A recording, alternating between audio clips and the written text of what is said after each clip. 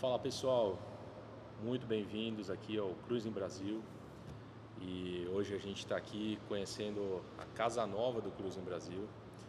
É um espaço que eu estou tendo a oportunidade de fazer parte e compor aqui nesse time que está iniciando um trabalho muito bacana e que vocês vão conhecer mais depois. A gente vai apresentar e conversar com a equipe que está trabalhando aqui dentro desse espaço que a gente fala mais um pouquinho depois.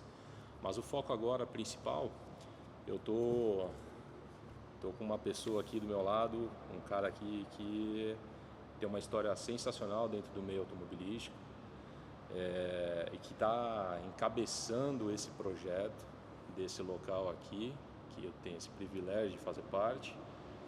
E ele está como hoje CEO aqui da Gearhead Club. Depois o Alvino fala um pouquinho mais. Ele já foi piloto, também cursou FEI na área da engenharia automobilística, bicampeão de 1000 milhas, foi vice-presidente do Sindirepa, certo? Idealizador e fundador do Clube dos 15, enfim, tem uma história aqui dentro do meio automobilístico e automotivo do Brasil que merece ser registrado. E vai contar um pouquinho de tudo isso aí pra gente entender. Alvino, muito obrigado, prazer ter aqui esse início do Cruising Brasil com a sua conversa, contando a sua história aqui. A gente descobriu que tem amizades em comum aí. Sim. Isso é muito gratificante, né, nesse meio. E falei alguma mentira aqui? Não, tá tudo certo. Quer complementar alguma coisa? Acho que o nosso papo aqui vai dizer o resto. Sim, a minha história vem do amor ao automóvel e à mecânica. Tá. Então, desde muito jovem eu sempre gostei muito de carro, graxa, gasolina, preparação, automobilismo, né? E tive a felicidade em 72 de encontrar um grupo de amigos que cursavam também máquinas e motores no Colégio Técnico Getúlio Vargas e que perdura até hoje e me acompanhou toda a minha formação acadêmica e profissional, né? E são amigos íntimos até hoje. Eu perdi um desses amigos que a gente chama de máfia, Sim. que era um grupo tão unido, que era a máfia, na pandemia, Tá. mas esse grupo é formado por entusiastas e pessoas que adoram mecânica, automóvel e automobilismo. Então cursamos GV junto, cursamos FEI, junto da necessidade de reformar um carro de corrida do Douglas Mendonça, que é um expoente, é uma referência no jornalismo automotivo até hoje, né? Tá. É um jornalista das antigas, né? Raiz, um cara que começou toda a parte de testes na 4 rodas, depois foi diretor de redação da Motor Show. Legal. É um cara muito conhecedor desse setor, né? Tem toda a parte da formação técnica e também foi meu sócio na oficina no início, porque a Afinauto, que é a oficina onde nós montamos para poder reformar o carro dele, que eu destruí em Interlagos, Tá. isso foi lá nos idos de 1980 e 81. Mas O Douglas... desculpa, mas aí você já está indo para a criação lá da tua oficina. Da oficina, da Afinauto. Da Afinauto. Você começou, você falou da GV, você fez o que ali na Colégio GV? Técnico. Colégio Técnico. Colégio Técnico. Eu morava no extremo norte de São Paulo. Tá. Fiz o ginasial, né, o Sim. comum. E isso era novidade na época. Um colégio técnico, eu tive que fazer um cursinho na Rua Direita para poder fazer um vestibular no colégio técnico para fazer máquinas e motores. Bacana, E que era a sua paixão. Era paixão, era fazer sempre. exatamente mecânica, né? Mas entramos lá na GV e muita retífica, fresa, muita metalografia, muito mecânica e usinagem e nada de motor, nada de mecânica de automóvel, né? Tá. Tinha um motor de um CHT no fundo da oficina, que nós vimos ver isso lá no último semestre, né? Aí eu, Douglas e o Eizen, esse é Douglas Mendonça, o Eizen, que era um japonês, descobrimos, e mais outros, um Senai ali perto da GV. Tá. Aí nós fazíamos o colégio técnico de dia e à noite fazíamos mecânica de automóvel no Senai. Legal. Junto com o colégio técnico. E esse grupo perdurou a menos do Eisen, que fez só colégio técnico e acabou mudando para o interior, mas o Douglas até hoje, junto com o Milton, que é o Ruivo, junto com o Cabral, junto com o Toninho, é um grupo que acabou unido pela paixão pelo automobilismo e automóvel. Mas cursamos o colégio técnico, depois cursamos cada um entrou numa fase, né? A FEI ela é semestral, então você tem alguns vestibulares, né? Os primeiros que entraram foi o Ruivo, que é o Milton e o Toninho, depois acabou entrando eu e o Cabral, esse que eu perdi essa amizade, perdi ele na pandemia. E o último a entrar foi o Douglas, mas cursamos junto. E nesse mesmo momento, o Douglas conseguiu fazer um primeiro carro de corrida e ganhou uma corrida, fez segundo lugar numa corrida do Paulista aqui, já como repórter da Quatro Rodas. Legal. E a segunda prova eles iam me deixar fazer. E num treino, muito hormônio e pouca técnica, querendo fazer tempos muito melhores, né, que todo mundo, buscando. Eu fiz a 1 e a 2 de pé embaixo, na curva 3 fui frenar além do que todo mundo frenava uns 100 metros, fui frenar nos 70, perdi o controle do carro e acabei entrando de ré num muro e destruí o carro dele. Aí nós precisávamos reformar esse carro, foi daí o advento da oficina, que começou como um hobby e começamos os 5 sócios ali, mas cada um foi saindo, né? O Cabral foi para Petri fazer volante, o Toninho foi para MWM, Metal Leve, depois o Douglas cursou jornalismo também e foi muito útil para ele porque ele tinha a parte técnica e no meio os jornalistas, a maioria deles não tinham o conhecimento técnico para um lançamento de um carro. O Douglas era o que fazia a mediação entre os colegas jornalistas e a engenharia. E nisso ele se destacou. E ele acabou implantando na Quatro Rodas os testes de performance, né? Teste de 4 rodas com o Correvite na época. Sim. E ali ele desenvolveu toda a carreira na parte jornalística e um grande conhecedor do automóvel. E a gente sempre junto. Eu e o Milton na oficina. Chegou um momento que nós tínhamos ideia de expandir, ter mais oficinas, mas eles acabaram saindo e os únicos que ficaram, o Milton como preparador e eu como piloto. Minha paixão sempre foi mecânica e também pilotar.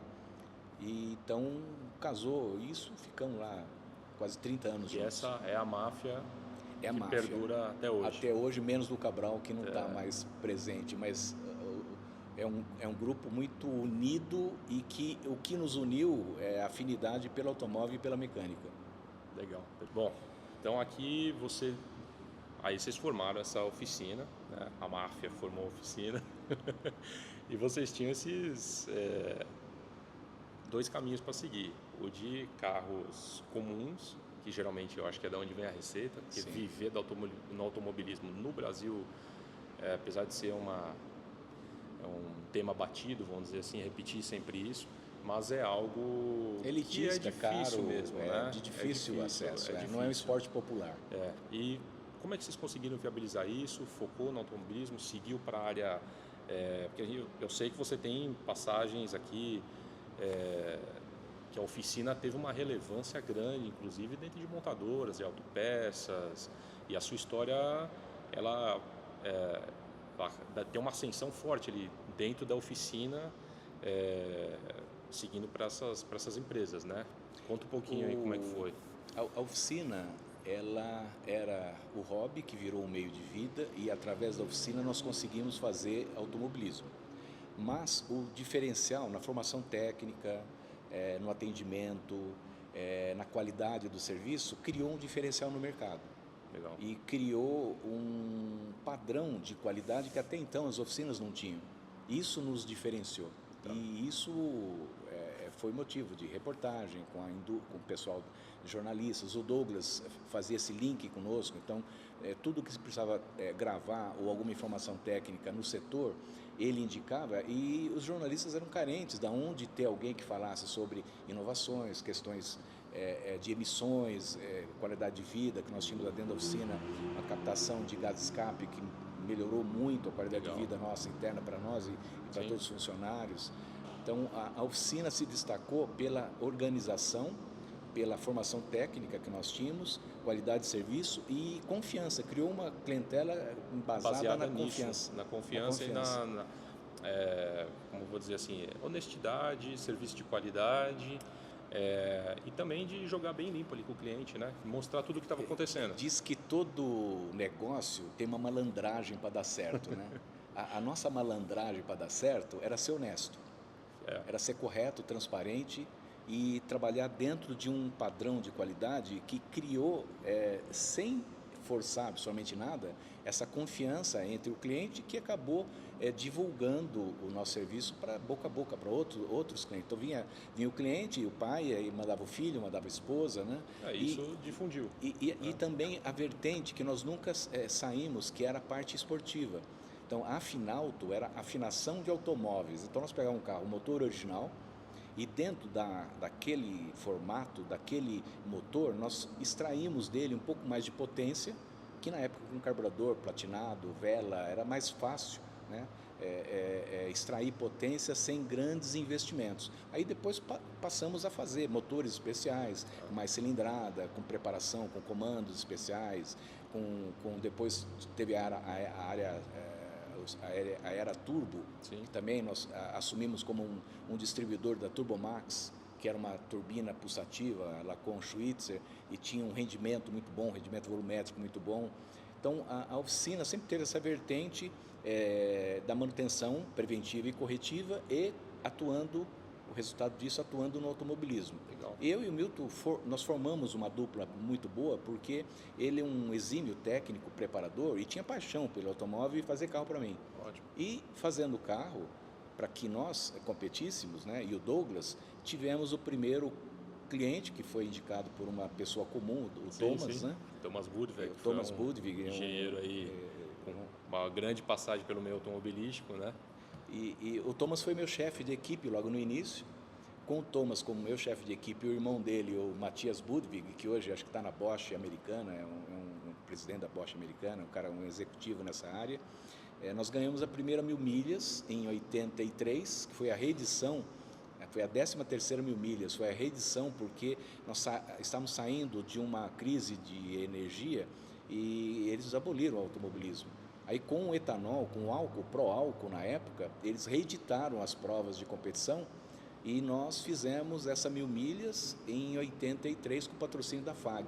Tá. Já com o Michael Walter, que é o nosso primeiro cliente, e aí atuando de uma forma profissional no automobilismo, tinha uma equipe oficial com o patrocínio da FAG. Bacana. E dali fizemos. Foi seguindo. Aí vocês tiveram parceria com a Fiat, com a Luke, Marelli,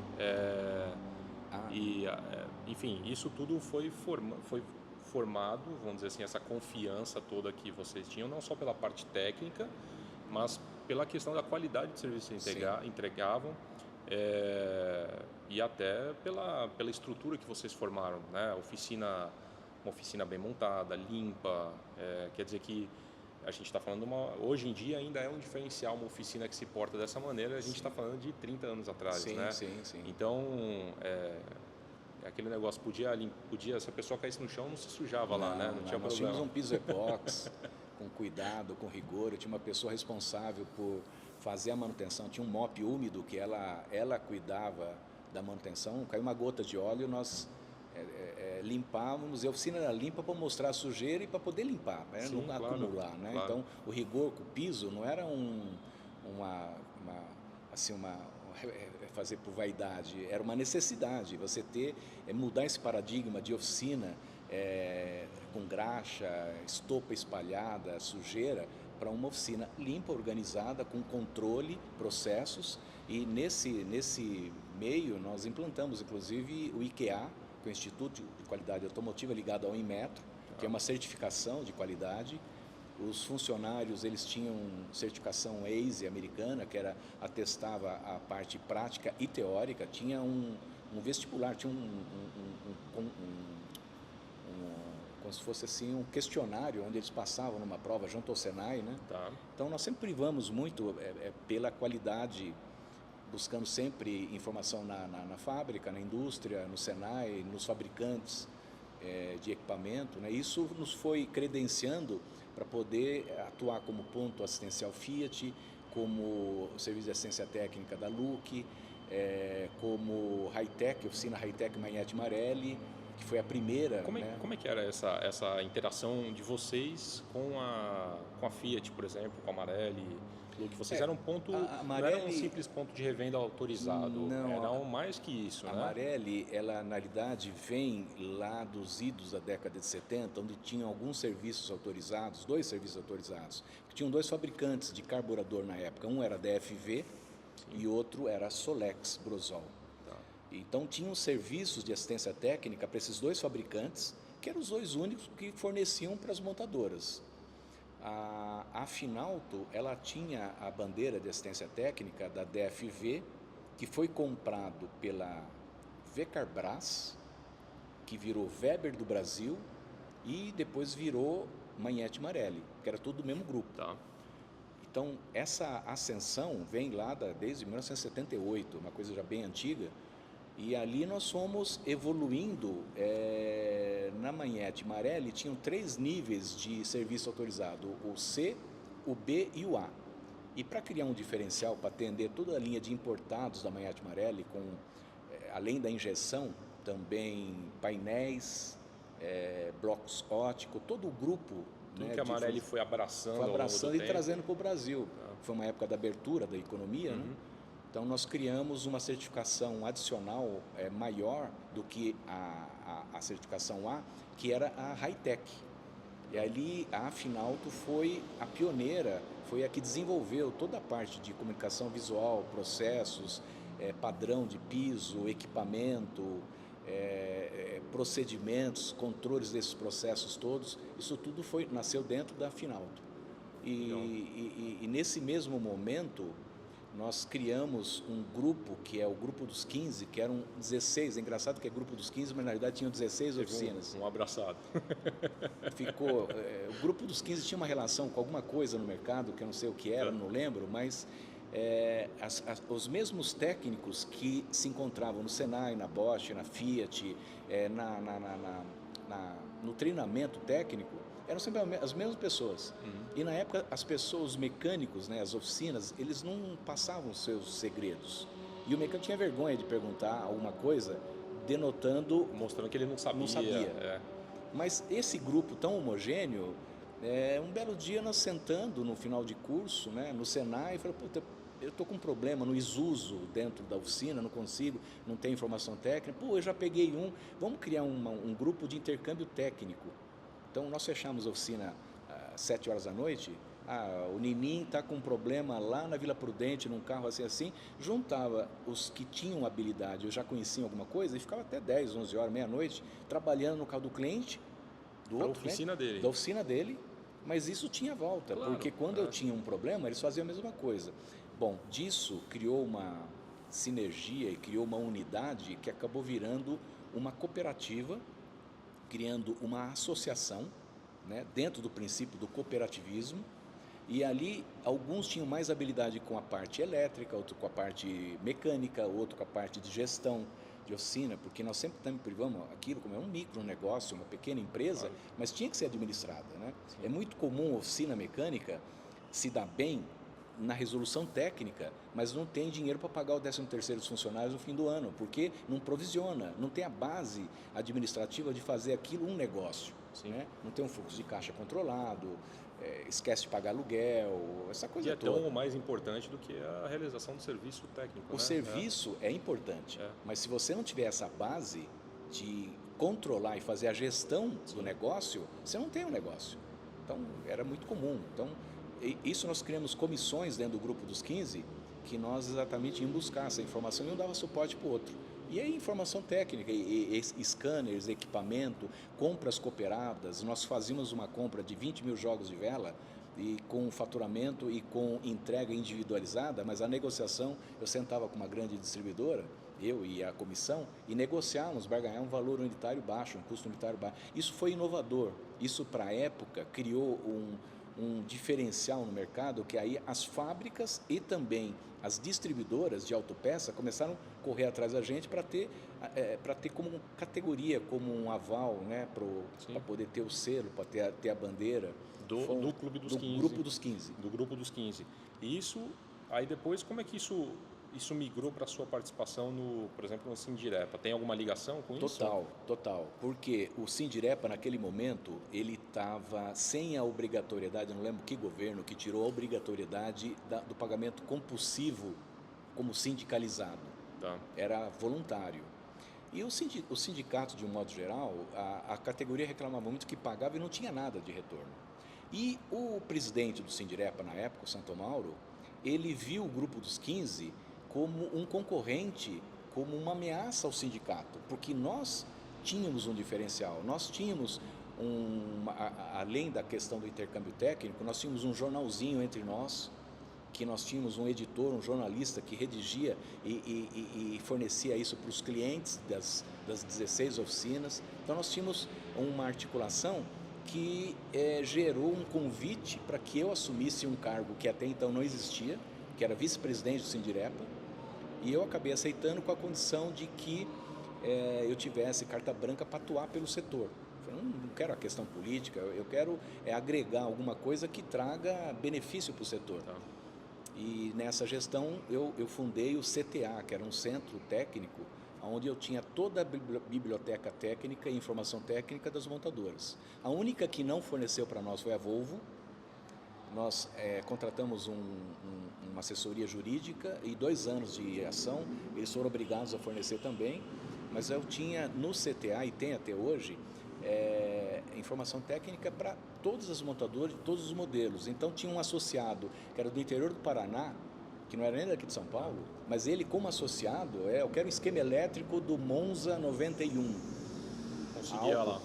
Nós passamos por fax. Sim. Então você buscava aquilo, fazia uma cópia geográfica e passava por fax para o associado. Então isso foi criando movimentos. Aí o Inmetro, acabamos instituindo o IKEA com o Inmetro, acabamos fazendo muito trabalho com a CETESB, essa linha de controle de emissões, pit stops em estacionamentos, para poder motivar os clientes a cuidar da manutenção preventiva, né, com foco em diminuir consumo e também emissões.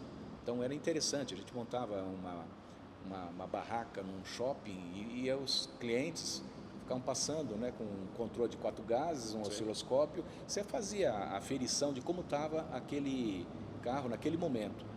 E os que estavam fora, nós dávamos a lista das oficinas, se quiser corrigir, então gerava mercado. Se você está interessado e quer corrigir, então era uma ação voltada para o meio ambiente, mas que gerava negócio também. Então é bom para ambos os lados, né? Excelente. Então fizemos bastante trabalho nessa área, nesse setor, na parte de manutenção e gestão de oficina. Foi um momento muito legal. Bom, com tudo isso aí, toda essa história que você fez aí em cima da oficina, tinha alguns contatos aí, Fiat, Marelli. Teve alguma coisa aí? Conta um pouquinho pra gente do que você achou de Fiat Maré, esse tipo de coisa, que é uma brincadeira popular que o pessoal tem hoje em dia. Tinha problema mesmo na época? Apareciam como você identifica isso aí? O que poderia ter sido feito diferente no seu entendimento? Você diz da maré, da qualidade do serviço da maré, exato. A qualidade do carro?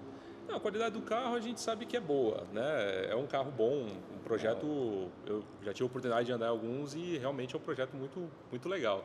O pessoal brincava, né, que dava problema, a fama não era tão legal. Na realidade a fábrica, né, ela errou ao recomendar a primeira troca de óleo aos 20 mil quilômetros ou 1 ano. Só que a maioria dos consumidores, ele tem uma referência em cima da quilometragem e esquece do tempo. O óleo oxida, então o ano, o cara não rodava 3 mil, 5 mil, 6 mil quilômetros. A referência dele era trocar óleo com 20 mil quilômetros. E não pelo tempo. E não pelo tempo. Então criou um problema de carbonização, que é um advento também que vem da injeção eletrônica, né? O carro carburado, eu me lembro que eu fazia o serviço, nós fazíamos o serviço na Finauto, e nós fazíamos o afogador funcionar, que ninguém usava. Então o motor ficava rico, propositadamente, para em qualquer condição de temperatura, você dá a partida, quando muito, 2 bombadas, dá a partida, funcionava. E o carro ficava em marcha lenta, porque a mistura do carburador do carro, na combustão ali, era rico propositadamente para não ter aqueles engasgos, ter que aquecer motor e tal. Sim. Quando veio a injeção, a estequiometria da combustão era calculada pela injeção. Começou a trabalhar muito mais fina. Muito mais fino, porque tinha o controle de emissões, Sim. tem o controle de emissões e de consumo. E com isso, para o motor entrar em funcionamento, numa temperatura baixa, por exemplo, a injeção você dá partida a menos 2 graus em Campos do Jordão, ou a mais 40 graus em Salvador, na Bahia, em Teresina, ou no Nordeste, o que seja, no Rio de Janeiro, 40 graus, o motor pega de primeira, a custa, exatamente, pega a referência da temperatura do líquido de aquecimento, tem uma tabela pré-programada, ele entra ali e dimensiona o combustível que tem que colocar adequado para entrar em funcionamento. Isso, Na maioria das vezes, ele pega com excesso. E aí, esse combustível em excesso dentro da câmara, se a pessoa sai e não roda numa avenida ou numa condição onde esquente o óleo, porque todo esse excesso de combustível vai para o óleo. Decanta e vai no óleo. Contamina o óleo. Contamina o óleo. Aí, nessa condição do anda e para, que é a condição severa de uso, e o cara mora nos Jardins e trabalha na Paulista, ele anda 20 minutos, esquenta a água, mas não esquenta o óleo. Sim. Porque não exige carga, não tem potência. Anda e para, anda e para. E isso, depois de 6 meses, cria uma borra no cárter que acaba comprometendo todo o sistema.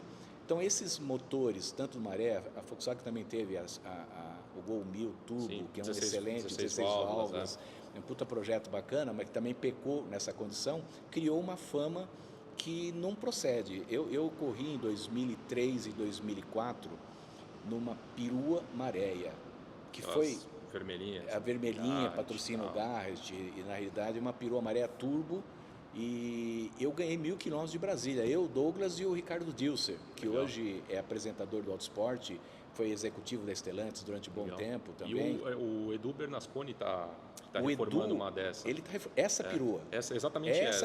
Essa perua que foi campeã na edição 2004 dos 1000 quilômetros de Brasília, que é uma prova icônica de endurance também.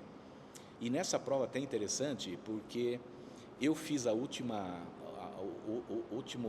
tempo, né, o último período de pilotagem, e eu parei para fazer um stop and go ali, né, um flash para poder terminar a prova, e a equipe me falou, olha, nós estamos em primeiro na categoria, evidente, e competia com os ômegas Stock Car, com o BMW, né? Carros que já eram bem mais potentes e mais rápidos. E não só isso, estrutura. Assim, já tinham sido exaustivamente desenvolvidos. Carro de corrida. Né? Os ômegas vinham de uma categoria da Stock Car. Só que eles paravam a cada meia hora para trocar, para abastecer, trocar pastilha, trocar pneu dianteiro, aproveitava e trocava piloto. E nós andávamos 1h50 em cima da autonomia. Não éramos tão rápido quanto eles, mas fizemos uma estratégia de ficar mais tempo na pista. Bom, nessa última parada, a equipe me fala, tem um ômega, nós estamos em primeiro, tem um ômega em segundo. Na última volta, aproxima um ômega para me passar, e eu falei, não vai passar nunca. Eu disputei aquela... o olho vermelho, baba escorrendo. Faca no dente e mesmo. Vim com o cara vinha para passar, eu de roda bloqueada levamos a lateral dele, ele me forçava, eu forçava, fizemos a última volta, eu cheguei na frente dele. Paramos no parque fechado, o cara desce do carro, vem aqui, você tá louco? O que você fez? Eu falei, 1000 quilômetros de Brasília, a última volta, eu não ia deixar isso de jeito nenhum, estava liderando a prova. Aí o cara falou, eu tô 20 voltas atrás de você, o segundo lugar é outro ômega, não sou eu. O carro todo ralado, tudo ferrado, né? Coitado, mas foi uma...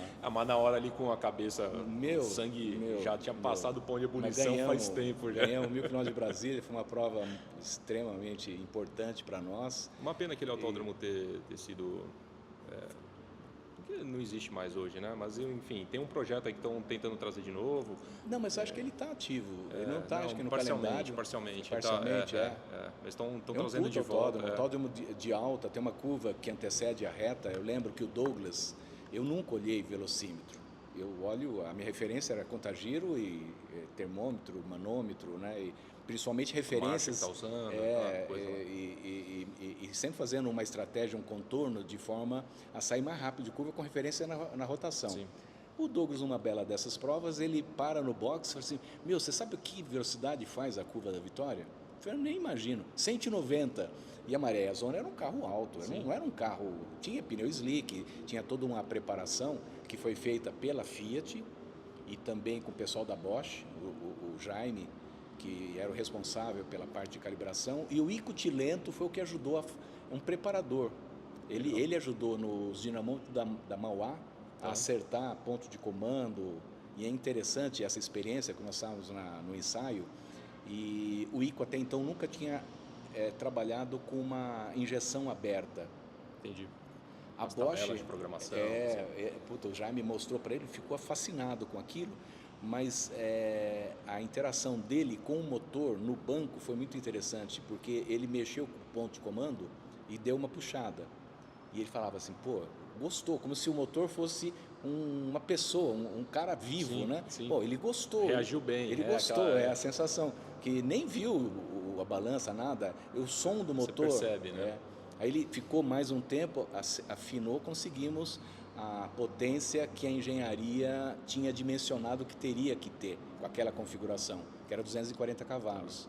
Motor no super resistente. 2.0, 20 válvulas. Original com 240 cavalos. Legal. E tínhamos uma configuração de uma outra turbina com 300 cavalos. Ótimo. Então, nós usávamos para corrida essa de 240 cavalos, super resistente, um carro... Então, fizemos provas longas. Então, para os nossos amigos aí que falam mal da Maré, me desculpa, eu acho que todo mundo já descobriu, já sabe que o problema é essa parte da lubrificação, cuida bem disso, que vai longe. Mas, Alvino, bom, você teve uma passagem importante pela Sopave, pela Porto Seguro, e isso foi uma consequência de todo aquele trabalho que você começou lá na final. Na oficina. Foi crescendo, chegou até o Sindirepa, né? Vamos dizer assim, é essa linha que você identifica realmente. Isso. Em paralelo ao Sindirepa, você mantinha ainda a oficina. Sempre. E a aí, oficina era a raiz, era a base de tudo, sempre foi na oficina, inclusive para outros negócios, consultoria.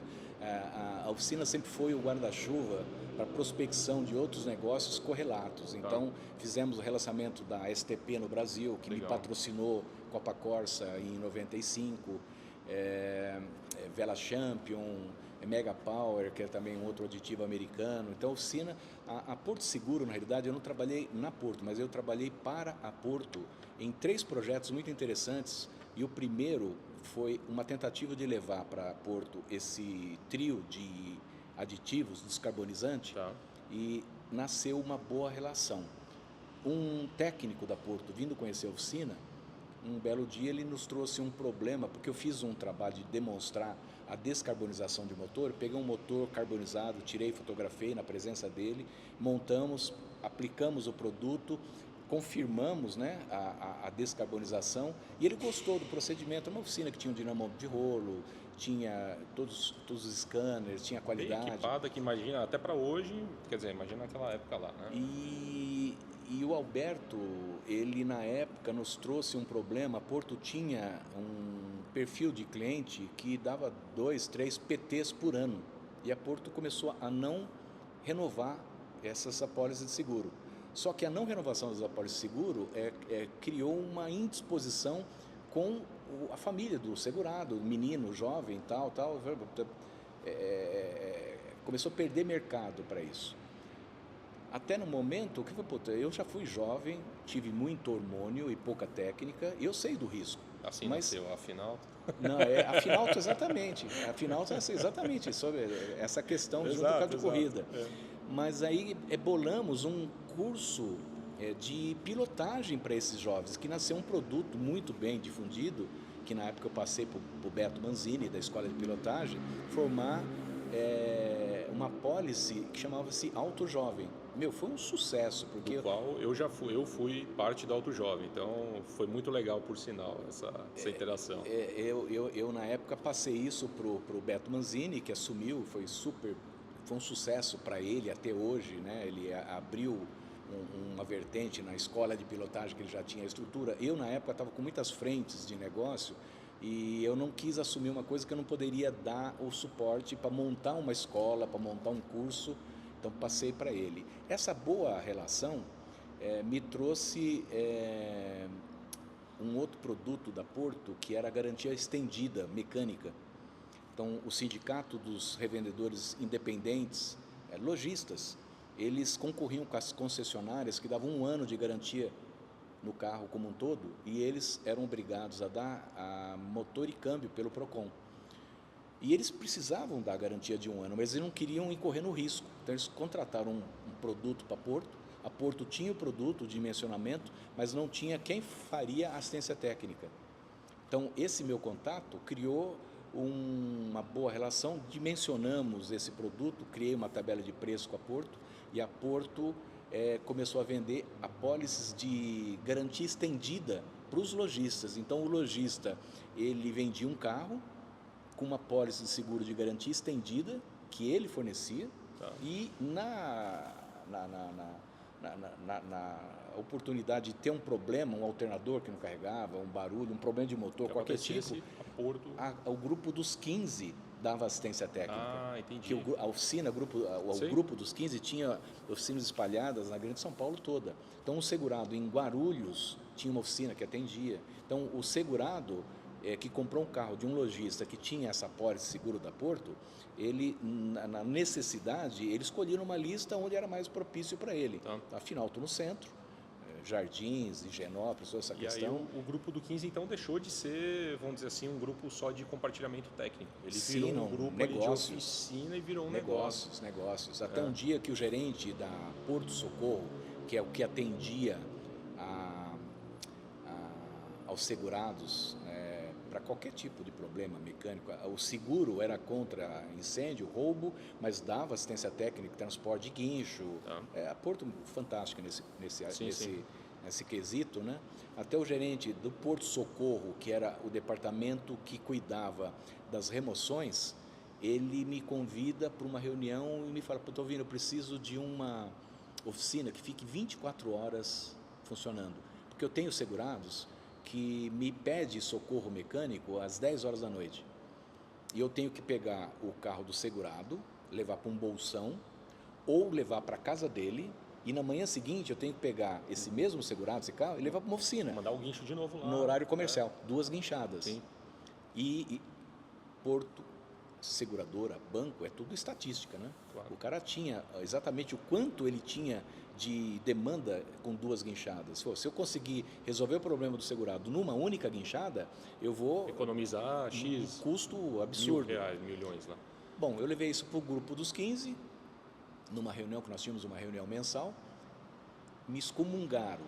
Ninguém quis. Imagina, eu vou trabalhar. Quem trabalha à noite é boca de porco, na Amaral Gurgel, na Consolação, essa coisa toda. Eu não vou fazer isso. Inclusive meu sócio. Não vamos fazer e tal. Eu vi nisso uma condição grande oportunidade. Fantástica. E eu falei assim: tá bom, tranquilo, eu assumo, mas eu não fico 24 horas, eu fico até as 24 horas. Então, nós abrimos no horário comercial, abrimos às 8 horas da manhã e estendimos o atendimento até a meia-noite. E é muito engraçado isso, porque na primeira noite que eu não fechei, parou na Rua Augusta, né, no Baixo Augusta, parou uma moça muito bonita, né, com um tipo, na época, 0, que foi um carro icônico também, sim, bem na porta da oficina, guia rebaixada. E ela parou, olhou para o backlight aceso, eu estava já na porta com o mecânico, Testa, na época, que fazia serviço comigo, e a parte... Montei uma escala para trabalhar de dia e de noite, né? Mas eu ficava direto. Estava ali já esperando o guincho, já. Sim. Já estava chegando. A primeira noite, né? Porque o segurado, quando quebrava o capô, alguma vez, da partida, não tem uma bateria. Ligava para Porto, a Porto manda a plataforma me levava para a oficina. A primeira noite ainda não estava engrenado, mas ela parou na guia rebaixada. Eu comentei com ela, falei assim, ela desceu do carro, olhou para o backlight aceso, eu falei assim: vocês não vai fechar? Aí eu falei: não, a partir de hoje eu vou fechar à meia-noite. Aí ela olhou para mim e falou assim: mas aqui é o meu ponto. Era uma moça que trabalhava lá no Baixo. Aí você complicou o negócio dela. Mas aqui é o meu ponto. E eu olhei para ela e ela falou assim: e o meu cafetão está do outro lado da rua, na Rua Augusta, já com a mão numa 765. Eu olhei para aquilo e falei: caramba, como eu vou resolver isso, né? Eu falei: vamos fazer o seguinte, aqui também é o meu ponto. Põe o carro aqui dentro. Vamos pôr o carro aqui dentro? dá a chave do teu carro. Aí você já abriu um estacionamento também, né? Põe o carro aqui dentro, eu guardo o teu carro, a hora que eu fechar a oficina, eu tiro o teu carro, ponho aí para onde você está estacionado e a gente fica em paz, né? Não criei um problema com ela e ganhei um segurança, porque o dono da rua, ele cuidava dela e cuidava da minha porta Então aberta. você estava também. sossegado, Estava né? sossegado. Foi o início do atendimento a Porto Seguro para o Porto Socorro. Olha só. Só que isso me criou um movimento das 5 da tarde até as 10 da noite, paravam 6, 7, 8 plataformas. Você não imaginava que ia ser tudo com isso. um movimento de um cliente no padrão Porto Seguro e que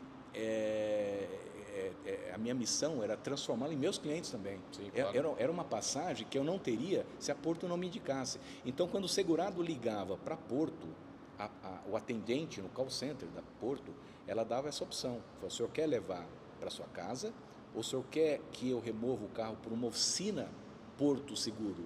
Uma oficina autorizada Porto Seguro. Afinal, nesse momento, assumiu como se fosse uma oficina da Porto Seguro. Entendi. Nem tinha oficinas Porto ainda. Então, o segurado vinha com o aval da Porto Seguro. Tá.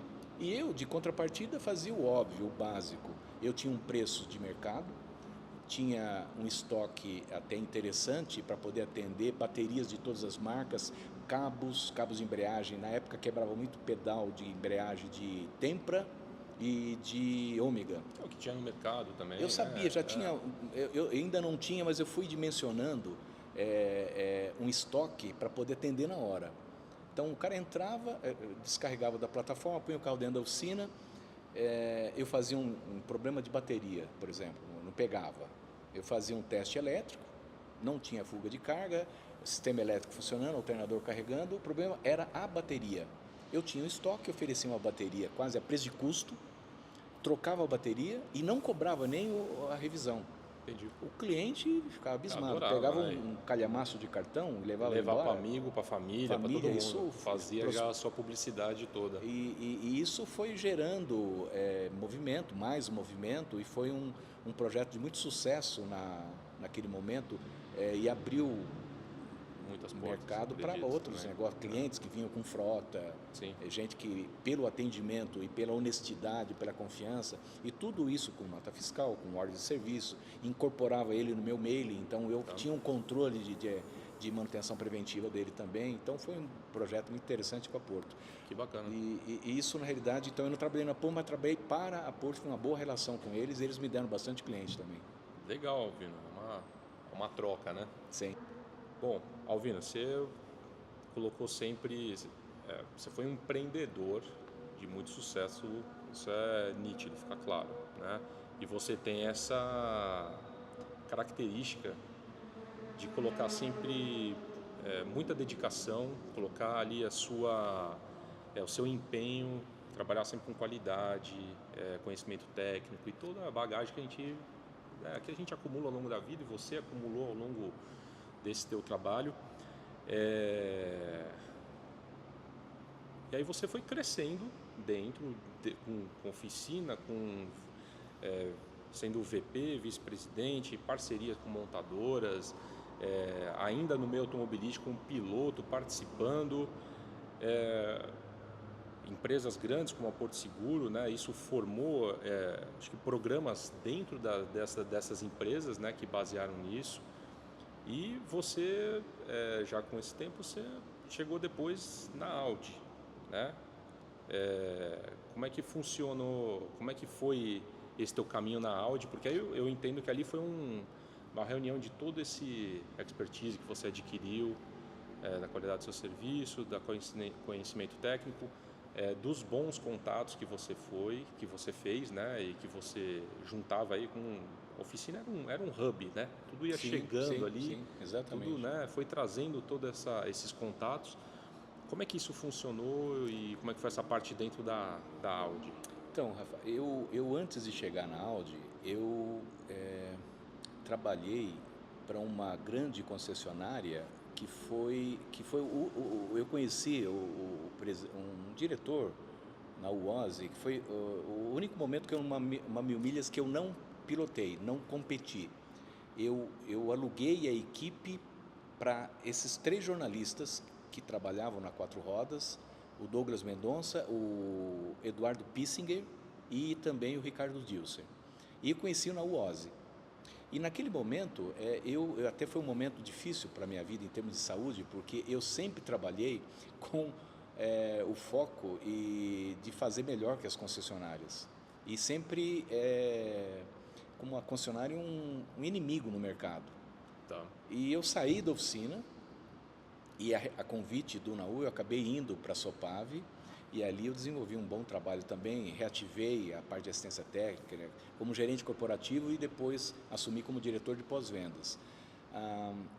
E a Sopave era um grupo enorme, gigante, né? Era a maior concessionária da Volkswagen do Brasil, girávamos 1.200 carros zero por mês, eram 5 grandes concessionárias, era um grupo, né, com oficinas de 3.000 metros, uma realidade diferente do que eu vinha. A minha oficina, eu cheguei a ter uma oficina de reparo de colisão grande, também lá na Santo Amaro, e trabalhava com a parte como posto Bosch e uma oficina de funilaria e pintura, reparo de colisão, uma de competição na Christian Reis também, específica, porque chegou um momento na oficina que não dava para misturar carro de corrida e carro de cliente.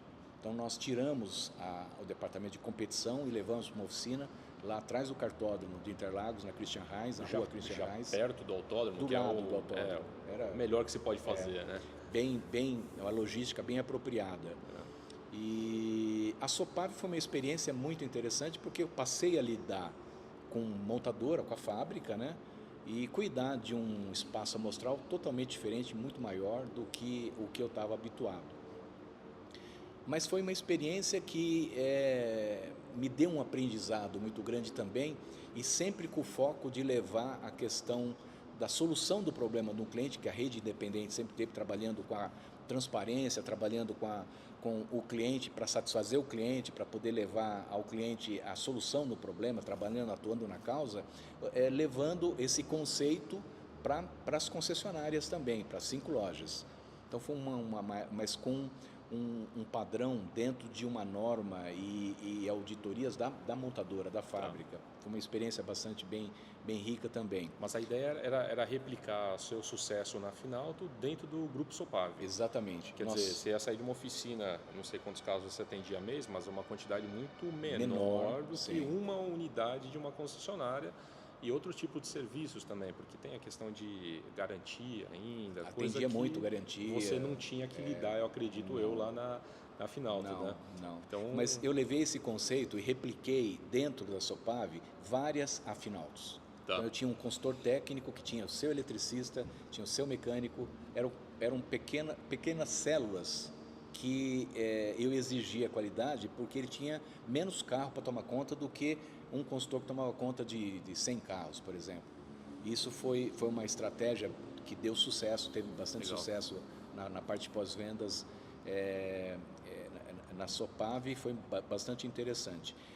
Até chegar na Audi, passei por outros projetos, outro trabalho. Eu trabalhei com o Emerson Fittipaldi na UEC 2012, 13, 14 e acabei ficando como um controller dele, como um diretor administrativo e financeiro dele. Tenho amizade com ele até hoje, projetos com ele também até hoje, mas foi uma experiência muito rica porque eu atuei além da área financeira e com foco nos automóveis. A UEC tem uma categoria muito interessante que controla a quantidade de energia, não controla a cilindrada. Então é um regulamento muito rico e é um grande laboratório para a indústria, para desenvolvimento de carros híbridos, elétricos, visando exatamente rendimento e com uma tecnologia muito nova. Eles são muito rápidos e resistentes. E até por provas isso longas. Que eles conseguem trazer as montadoras para dentro, né? Interesse é um laboratório. É um laboratório, né?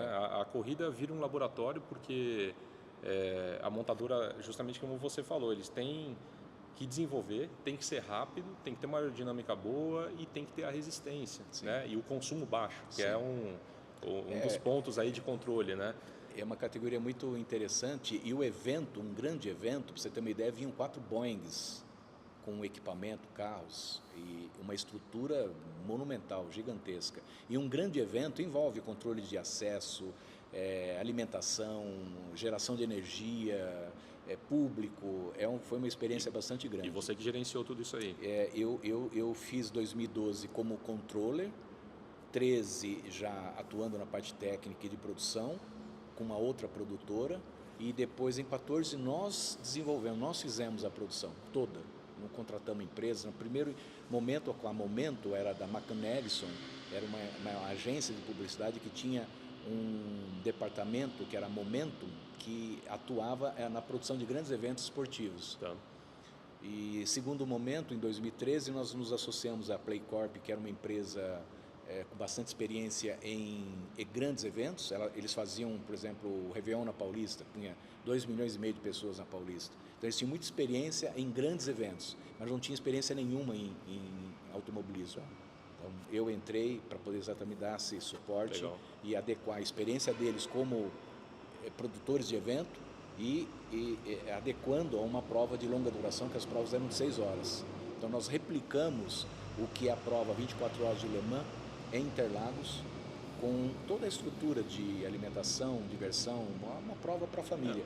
Ninguém consegue evento, né? Ficar 6 horas assistindo corrida. Então você tem que criar diversão paralela, né? Sim, sim. E foi uma experiência família, né? Bem interessante. E daí nós estamos trabalhando num projeto em paralelo, junto com um amigo, né, que foi meu patrão, o Stefan Matter, e ele tinha uma boa relação com o colégio Humboldt, que tinha um patrocinador que era a Audi. Então nós fizemos algumas ações entre ele e a Audi, e dali, num dos eventos onde nós usamos carros Audi da frota, eu e o Stefan, nós percebemos uma deficiência na entrega, não no carro, mas na relação entre nós e o pessoal da área da fábrica, na área de gestão de frota. E aí eu falei, puta, vende uma consultoria para eles, né? Aí fizeram uma licitação que nós participamos e ganhamos, e ali nós cuidamos de 600 carros da fábrica, que eram usados pelos executivos ou pela jornalismo. Então o departamento de imprensa tinha lá 40 carros, tops, todos eles, né? E das minhas funções e de alguns colegas do grupo era fazer a preparação desses carros para a imprensa especializada. Então nós tínhamos que pegar um carro na zero e levá-lo a 1.000 quilômetros dentro de um procedimento de amaciamento do carro, e preparo, e checar tudo, se tudo funcionava, tudo, e tinha todo um protocolo desenvolvido pela engenharia. Era uma francesa que era gerente dessa área, né, Audi AG, e os primeiros 200 quilômetros nós fazíamos na cidade, depois gradativamente na estrada nós íamos aumentando a velocidade até 700 quilômetros, 700 até 1.000 era plena carga, e com carros como o RS6, como o RS4, como Q8, como R8, com aquele Lambo V10 aspirado que vira 8.300 giros. É o sonho de muitos aí, né, Alvino? Fantástico. Era uma das minhas atribuições. Então na sexta-feira nós enchíamos o tanque de pódio e saía para rodar 1.000 quilômetros até segunda-feira às 8 da manhã. Difícil esse trabalho, né, Alvino? Muito difícil. Era um trabalho muito acho que suado, né? Q8, difícil de fazer. Eu botei minha mulher dentro do carro e nós fomos a Teresópolis, dormimos, maravilha, comemos bem, voltamos, e era um trabalho bem remunerado. Para mim era diversão. A indústria às vezes permite para alguns poucos felizardos fazer o que gosta, né? Isso é muito bom quando a gente consegue unir os dois, né? E essa área esse tempo todo foi interessante porque nós cuidamos de multa, que é chato, mas é necessário, manutenção. Então eu e a equipe fazíamos toda a parte de controle da manutenção dos carros, direcioná-lo para os dealers, né, avaliar o que estava sendo cobrado ou não. E esse projeto foi interessante para a Audi e para nós, porque isso vinha sendo feito dentro da fábrica, mas de uma forma não controlada. E nós implantamos alguns processos que geraram muita economia. Multa, por exemplo, eles não indicavam um condutor. Sim. Iam acrescendo, dobrando. Nós criamos toda uma rastreabilidade para poder indicar condutor, criamos inimizade. Mas faz parte. Era parte do negócio. A própria manutenção tinha muita indicação dos dealers que trazia ações de manutenção não necessárias com 10.000 quilômetros ou um ano. Então eu filtrava isso tudo E assim, eu comecei minha vida profissional trabalhando para mim. Então, aonde eu trabalhei e onde eu trabalho é sempre com o foco de dono e visão de dono, cuidando como se fosse meu, sempre. E você tem uma visão estratégica além de tudo isso, né? Além de cuidar do carro em si ali como sendo seu, né? Você consegue olhar oportunidades que podem estar aparecendo e o Alvino é um cara muito bom de bater papo aqui, de conversar, tem história pra caramba, né? E então é engraçado como a vida vai preparando a gente, né, Alvino? Porque você começou com, vamos dizer assim, com seu carro de automobilismo, foi para oficina, trabalhava com carros mais acessíveis ao que Sim. tinha grande no mercado. Sim. E foi ascendendo até chegar nos veículos premium, que é o caso da Audi. Você cuidava de carros uma fase né, super esportivos, enfim, e além de tudo fazer amaciamento, tudo isso, ou seja, é bom para manter a mão treinada ali, saber andar com um carro que é diferente de andar. O pessoal às vezes não imagina a diferença de andar com um carro super esportivo ou premium nas condições que a gente tem aqui no Brasil, né? E a engenharia auditava essa questão de plena carga. Então, na segunda-feira, antes de entregar para um jornalista, eles espetavam o scanner, baixava o log, tudo, quanto eu atuei de carga no frenagem, G lateral, rotação, velocidade máxima que eu fiz, auditava tudo aquilo. Então tinha um procedimento que você tinha que fazer. Então era uma maravilha para quem gosta. Lógico. Né? Só que eu fazia isso, obviamente, não dentro de uma pista. Tentei levar para a pista isso, mas fazia na rua controlado porque eu monitorava isso. Sim, né? Então eu ia dar final numa rodovia, até porque para não ser multado, eu andava com antecedência, via que tinha condição e não fazia isso no meio de público, no risco. Os horários também são, quer dizer, toda essa seleção, fazer uma triagem, um filtro para poder realizar esse trabalho com sucesso. Com prudência, exato. Mas foi uma época muito boa. Depois de lá, a gente está chegando aqui no momento já da Gearhead, chegando aqui no Gearhead Club. Eu passei por uma blindadora um tempo, foi um trabalho interessante. Eu dirigi uma blindadora que até então eu tinha esse treinamento para controle de qualidade, porque na Audi uma das minhas funções era acompanhar e auditar os carros que eram blindados. O CEO, o CFO, diretoria, todos andavam de carro blindado. Na Audi. Na Audi. Então eu fui para Pinhais e lá fiquei um tempo, no fim de linha, para exatamente ter know-how de como fazer o controle de qualidade de fim de linha, que aplicava também, porque a blindagem é um processo que, para quem gosta de carro, não é bom nem ver. Ele é muito invasivo, né? Muito. Você destrói internamente o carro, praticamente, né? Porque você desguarnece ele totalmente. Ele cresce para dentro, né? Vamos dizer assim, ele diminui internamente. E é um processo artesanal, né? Então depende muito de mão de obra, controles de qualidade. E eu trabalhei nessa blindadora para... Nunca entreguei um carro sem testar o carro. Sai para a avenida com uma placa de teste, fazer um teste dinâmico e reproduzir o carro blindado dentro do padrão de qualidade da montadora. Porque antigamente tinha muita adaptação, filtros. Sim. Hoje, a maioria dos carros e das blindadoras, você entra num carro blindado, quem não conhece não distingue o que que já foi blindado. Né? Foi uma experiência bastante grande e eu trouxe o know-how da Audi para atuar do outro lado, porque eu na Audi atuava como cliente, detectando o problema ou assumindo o defeito que o usuário, o executivo me passava e eu atuava cobrando da blindadora. E na época, engraçado que eu falava assim, nossa, me colocava na posição do técnico e falava, puta, é um trabalho difícil, né? Porque material reage com temperatura. Então, contração, dilatação, ruído, rangido. Eu falei, puta, trabalho complicado esse, né? Mas eu estava como cliente, ele se vira. Voltou, resolveu, maravilha, entregava para o executivo. Um belo dia, ironia do destino, eu estou do outro lado do balcão fazendo o trabalho de produção da blindagem. Puta, foi...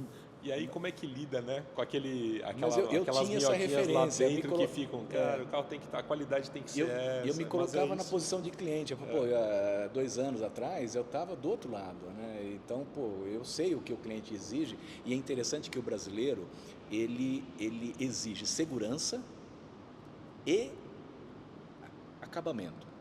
Você pega um europeu, ele quer segurança.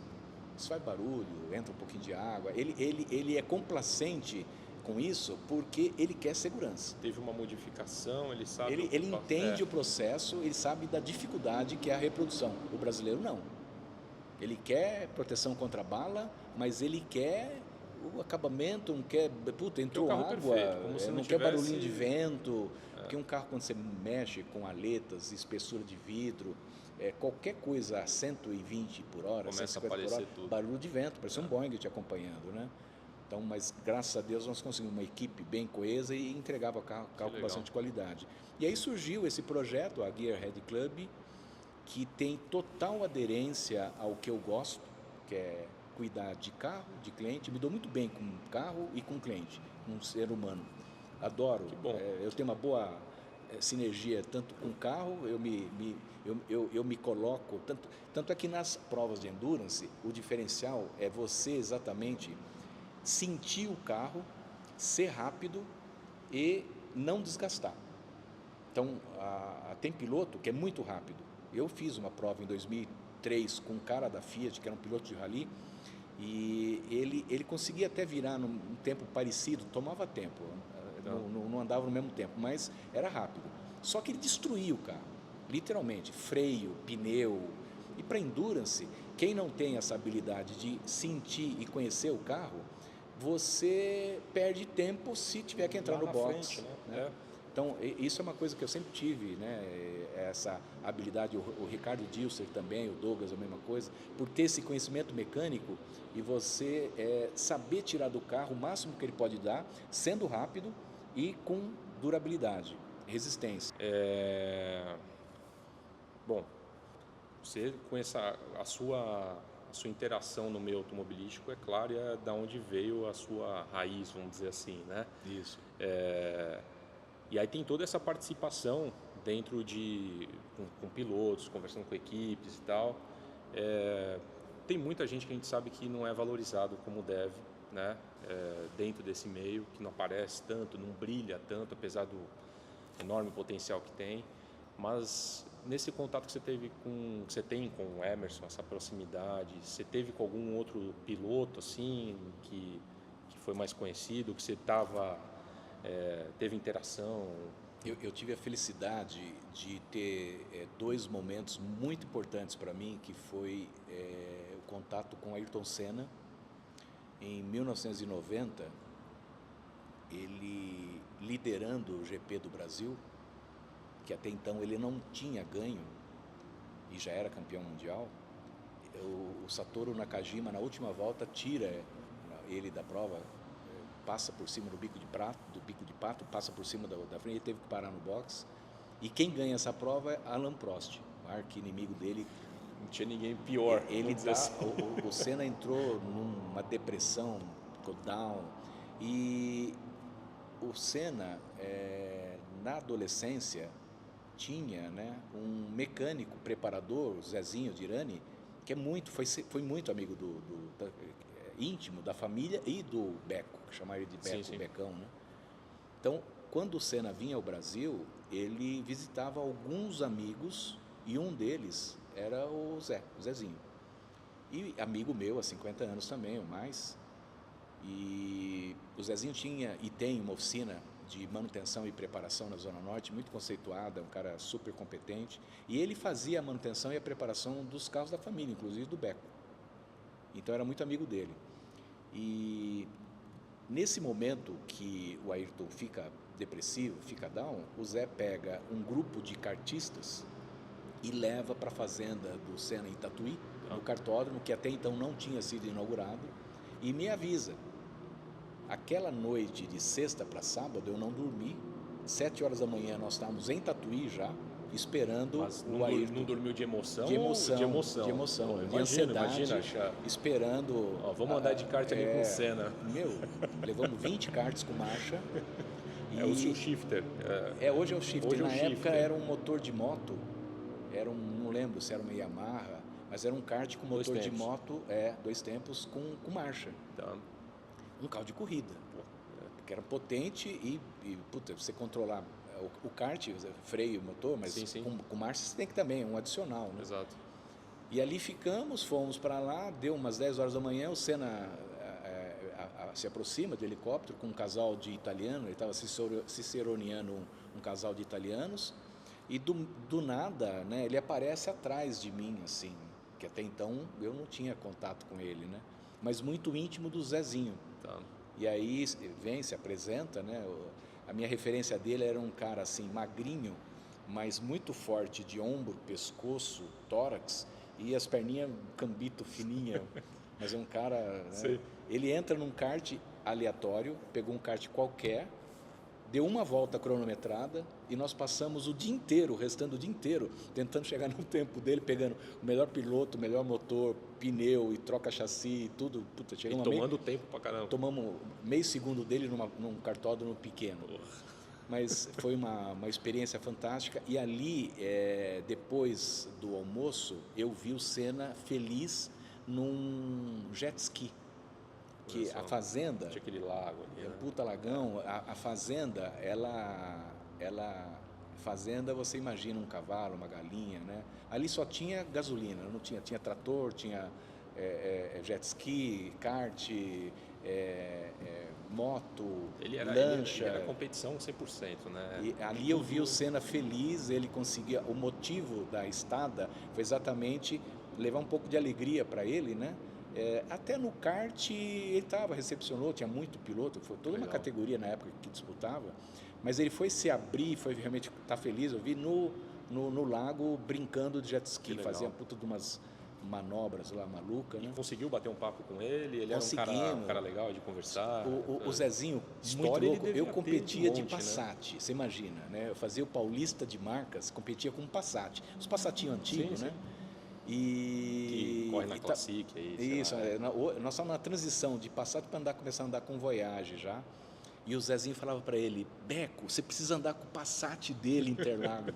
O cara era campeão de Fórmula 1. E ele entendia que o Zezinho queria fazer a integração. Tudo ele até acessível. O cara, quando gosta, ele gosta de qualquer coisa, quer acelerar qualquer coisa. Né? Mas, enfim. Foi uma puta experiência, né? E a última experiência com ele foi até muito triste. Numa roda de amigos, na oficina do Zezinho, na Zona Norte. Isso já anos depois? Isso em 94. 94, o ano que infelizmente ele partiu. Da tragédia. A prova teve o primeiro GP, se não me engano, no Canadá, Brasil e Imola, onde ele partiu, bateu e morreu. Na prova do Brasil, como comumente, habitualmente ele fazia quando vinha ao Brasil, ele foi no Zé, visitar o Zezinho. Tá. E o Zezinho me avisou.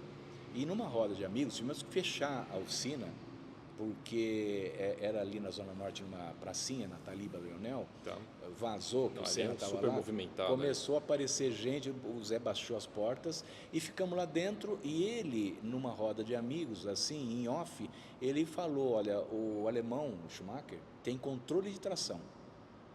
Por quê? Eu consigo, numa volta, ser mais rápido que o computador, mas na corrida toda, não. Nós temos o mesmo motor, eu reajo à luz verde antes que ele, faço a pole, né, que ele tinha feito pole na Austrália, fez a pole no Brasil, eu reajo antes que ele, a telemetria média, o tempo de reação à luz verde, e ele sai atrás de mim e vai embora.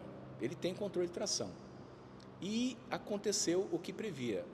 Interlagos, nessa prova, o alemão abrindo dele, ele dá motor na junção, na subida do café e roda. Ele distracionou. O cara perde a cabeça até, apesar dele ter um emocional muito forte. Puta controle emocional, chega uma hora que ele quer ganhar em casa, né? 120 mil pessoas vibrando, a energia que gera aquilo, ele querendo andar. No final, já desgastado, né? Aí você dá um pé ali. Tanto é que eu nunca gostei do Schumacher, porque era um cara rápido, mas andava fora do regulamento, aí juntou ele e o Briatore, puta de um bandido. E ali não... Tanto que saiu da Fórmula 1, né? Foi Daquela maneira que saiu. Mas o último contato dele foi esse e depois, no final do campeonato, a FIA conseguiu localizar o controle de tração embutido num gerenciamento da injeção eletrônica. E eles andavam também. E a questão do combustível, né? Também. O abastecimento sem o gargalo, sem a restrição. Aqueles milésimos de segundo que é o que ele precisa. Só para botar o carro na frente e ganhar. Mas foi 2 contatos com Ayrton muito Pô, que legal. privilégio, Infelizmente, o último foi trágico, né? Depois mas aconteceu tudo o que um aconteceu. grande privilégio, né? Poxa Foi, vida. foi. De estar Imagino com que ele tenha pouco sentido tempo. até mais, porque você está naquela emoção, pô, tava ali com a Ayrton e na outra semana, né, dá Foi essa muito, foi questão, muito, poxa vida. muito legal. Devo Mas isso ao Zezinho, meu amigo que e, legal, que e legal. amicíssimo dele e da família até hoje. Poxa, que bom. Bom, e aí vamos trazer tudo isso aqui. Você, como esse cara aqui, centraliza tudo, tem tudo isso na cabeça, resolve problemas, essa habilidade que você tem para gerenciar um negócio e a parte técnica super apurada, de condução, esse feeling para andar com o carro. Como é que isso tudo vai se juntar aqui nesse lugar incrível que é o Gearhead Club, que depois a gente vai ter outros vídeos aqui, vou bater um papo para mostrar todo esse espaço. Como é que isso chega aqui e o que vai ser oferecido diferencial? Porque para mim isso aqui é uma coisa assim que eu nunca vi em outro lugar e pela qualidade das pessoas que estão aqui, isso aqui é coisa única no Brasil. Se você conhece algum outro lugar de mentoria que cuida de carro, esquece isso aí. Aqui é totalmente diferenciado. Como é que funciona isso daqui? Então, a ideia de montar a Gearhead Club é do Lucas, que é o sócio, né, o dono e idealizador do projeto. Ele fez toda essa infraestrutura de um clube de aficionados por automóvel para ter um ponto de encontro de pessoas que gostam de automóvel e também a curadoria, fazer a guarda de um carro que às vezes o cliente não tem o espaço em casa, por algum motivo precisa deixar em uma sazonalidade ou precisa de um suporte para poder cuidar desse carro. Então aqui nós temos o foco em guardar a curadoria, o concierge e também a parte de eventos e de encontro, né? Então, tem toda uma estrutura montada para poder receber esses clientes, assistir uma corrida de Fórmula 1 junto, trocar informações, conversar sobre carro, gerar negócios, mas de uma forma e com uma estrutura diferenciada do que é hoje no mercado, que realmente aqui no Brasil não vi. Talvez eu vi alguma coisa, alguém comentar isso na Flórida, e não com esse cunho, mas um espaço onde eles deixam os carros, e o nosso diferencial é ter o controle da manutenção desde a entrada até a saída do carro. Então, o cliente tem um carro, uma Ferrari que está aqui dentro, e ele quer fazer uma revisão numa concessionária autorizada. Eu vou providenciar a remoção desse carro, acompanhar a remoção desse carro, desde a saída, o follow-up com a concessionária, a retirada desse carro aqui dentro, como se fosse meu. E um plano de manutenção, de controle de toda a parte técnica, indicadores, a parte de limpeza, cuidado com a manutenção, com fluidos, abastecimento. Então, o dono do carro ele vai chegar aqui e ter a certeza de que ele está com o carro dele no estado perfeito de poder usar. Toma aqui na rodovia, pega o carro e sai para viajar. Excelente, quer dizer, ele chega aqui, põe, trocou de carro, vai embora, deixa o carro que ele veio aqui. O carro de uso dele, ele deixa aqui, enquanto ele passeia, eu faço o mesmo no carro de uso dele. Ele volta, o carro dele vai estar limpo, abastecido, cuidado, pega o carro dele que ele acabou de usar, um hipercarro, um esportivo, uma moto, ou um carro de colecionador, um carro antigo que ele quer pegar um carro, tem um Gol GTI que ele quer ir a Piracicaba almoçar, quer usar, tirar o carro para um passeio, vai até algum ponto, vai até São Roque, fazer alguma coisa com aquele carro. Sem dor de cabeça. Sem dor de cabeça, exatamente. O carro e ele vai sentar e dar partida e usar o carro. Nossos boxes têm um gerenciamento do nível de carga da bateria ligado à rede, então eu não preciso necessariamente fazer uma carga auxiliar para poder descarregar uma bateria. Então está ligado à rede, tem um regulador de voltagem que mantém o nível de tensão da bateria sempre no máximo e a bateria sempre disposta a funcionar, a energia para poder dar partida no carro. Então, e eventualmente qualquer problema tem um contato direto com o cliente já para informar, olha, recomendação de manutenção, tudo isso vai ser passado para ele. Manutenção preventiva, um plano de manutenção preventiva, né, com todos os indicadores e controles para dar essa consultoria para o dono do carro e fazer isso de uma forma diferenciada, né, onde nós tenhamos aqui clientes especiais, com pessoas especiais que possam cuidar daquilo como se fosse seu, sempre. E nesse caso, por exemplo, de manutenção, serviços, como é que funciona? É feito aqui? Vocês têm os parceiros? Como é que isso vai funcionar? Nós temos uma rede, né, de parceiros homologada, oficinas, concessionárias, um cara especializado em couro, um cara especializado em alinhamento de direção. São oficinas top, sempre com 2 ou 3 opções. Quem escolhe é o cliente dentro de uma indicação nossa e sob a nossa supervisão. Tá. Então temos os parceiros. A não ser limpeza, eu não faço aqui dentro.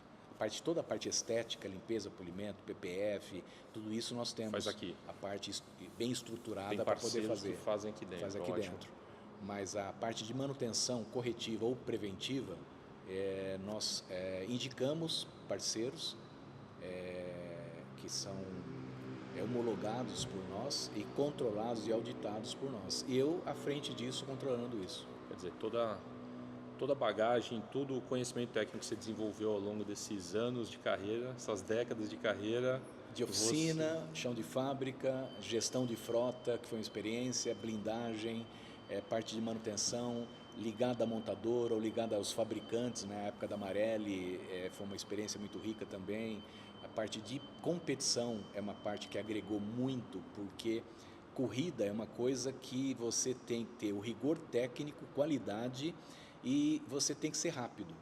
Né? É corrida, uma corrida Sim. contra o relógio e contra outros. Então, isso te dá uma condição de você desenvolver uma percepção do automóvel, do que ele precisa e como cuidar dele para poder chegar a uma prova de fim de 1000 milhas, que eu ganhei 2, 83 e 89, ou 1000 quilômetros de Brasília, que são provas de endurance icônicas, né, no Brasil, e você ter sucesso em cima de um equipamento que demanda cuidado.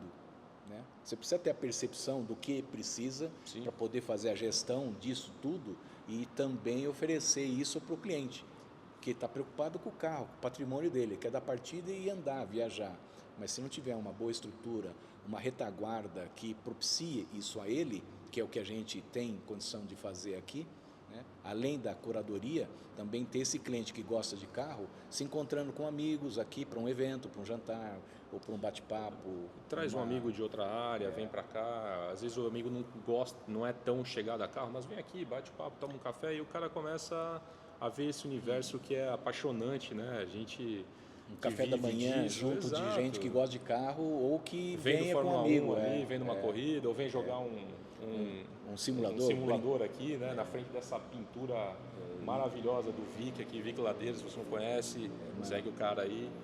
Olha só o que o cara fez aqui no Giz aqui, ó, uma F40 incrível. É um artista incrível. Plástico, um pintor fantástico. E que tem algumas obras aqui também, que vai fazer parte desse projeto, né? Se você acha que isso aqui é comum, que você encontra em qualquer lugar, eu duvido.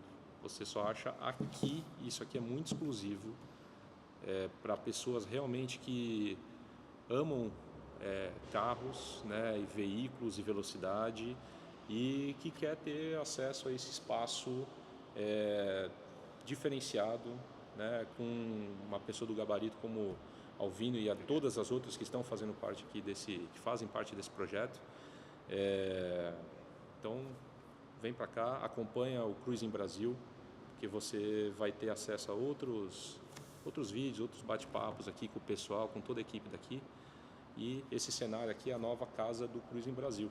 Então, vem com a gente, não deixa de seguir, compartilhar esse vídeo, se inscreve aqui embaixo aí no canal, aproveita que a gente está começando um caminho aí muito legal no meio automotivo.